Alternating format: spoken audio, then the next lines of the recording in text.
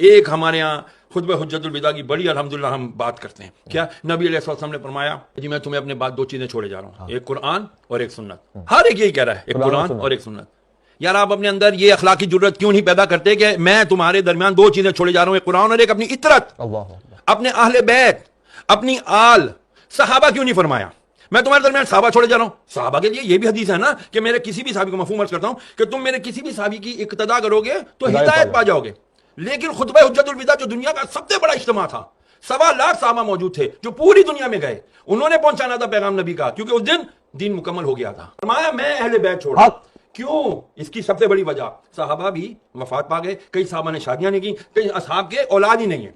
لیکن اللہ نے قرآن میں وعدہ کیا انا شانیہ کا هو الابتر, اے محبوب تیرا دشمن ہی بے نام رہے گا لیکن تیری آل چلے گی, تیری آل چلے گی. قیامت تک سید ہوگا, آئے گا آخری سید جس کا نام مہدی ہوگا, محمد ہوگا, وہی آ کر کے پھر دجال کو بھی مارے گا. وہی آ کے جب عیسیٰ علیہ السلام کو بھی کلمہ پڑھا کر کے وہ کہیں گے کہ اب میں لا الہ الا اللہ محمد رسول اللہ کا کلمہ پڑھتا ہوں. اب بات آ جاتی ہے یہاں پر کہ ہم کیوں نہیں سناتے کربلا کو.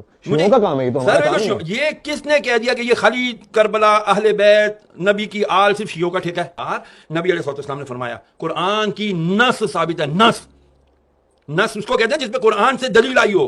تو قرآن کی آیت مباہلہ نہیں ہے, آیت تطہیر نہیں ہے. میں تم سے کچھ نہیں مانگتا, نبی فرما رہے ہیں اللہ کی, میں کوئی کچھ نہیں سوال کرتا تم سے الا المودۃ القربا, میرے اقربا کی, میرے اہل بیت کی, ان کی مودت رکھو. ہماری آج آنے والی نوجوان نسل کو نہیں پتا کہ بھائی مولا علی کون ہے, مولا حسین کون ہے, حضرت امام حسن کون ہے, نہیں پتا رسول کی اہل بیت کون ہے, ان کو نہیں پتا. اگر ان کو پتا کرنا ہوتا ہے تو وہ اٹھاتے ہیں اور کس کے بیانات سنتے ہیں؟ وہ اہل تشیع علماء کرام کے بیانات سنتے ہیں. میری التجا ہے خدا کے لیے تفضیلیت کا لیبل ہر ایک کے اوپر نہ لگائیں. صحابہ کرام علیہ رضوان ان کے اپنے مقام ہیں, اہل بیت کا الگ مقام ہے. قرآن کو پکڑے رہو گے ہدایت پر رہو گے, قرآن کے ساتھ دوسری چیز کا چھوڑی اہل بیت پکڑو گے تو ہدایت پر رہو گے. خالی اہل بیت پکڑا قرآن چھوڑ دیا گمراہ, قرآن پکڑا اہل بیت چھوڑ دیا گمراہ. دونوں, کیونکہ اہل بیت کون ہے یار؟